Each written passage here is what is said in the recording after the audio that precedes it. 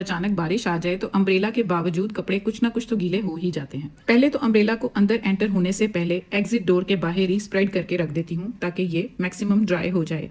फिर उसको अंदर लेकर जाती हूँ। फौरन गीले कपड़े चेंज कर लेती हूँ ताकि फ्लू वगैरह ना हो जाए। बट अब प्रॉब्लम कहाँ आती है कि ये गीले कपड़े ड्राई कैसे करूँ। कोशिश तो यही करती हूँ कि फौरी वॉश कर लूँ ताकि मड वगैरह के स्टेन्स पक्के ना हो जाएं। फौरन वॉश ना करने हो तो इनको डायरेक्ट लॉन्ड्री बैग में गीले ही नहीं डालती और ना ही मशीन में रखती हूँ, क्योंकि इससे एक तो बैड स्मेल बन जाएगी, दूसरा गीले कपड़ों का कलर छूटकर दूसरे कपड़ों को लग सकता है। सो इसके लिए मैं अंदर ही कपड़ों को फैलाकर डाल देती हूँ ताकि स्प्रेड होकर जल्दी सूख जाए। मोर ओवर फैन ऑन कर देती हूँ ताकि ड्राई होने में कम टाइम लगे।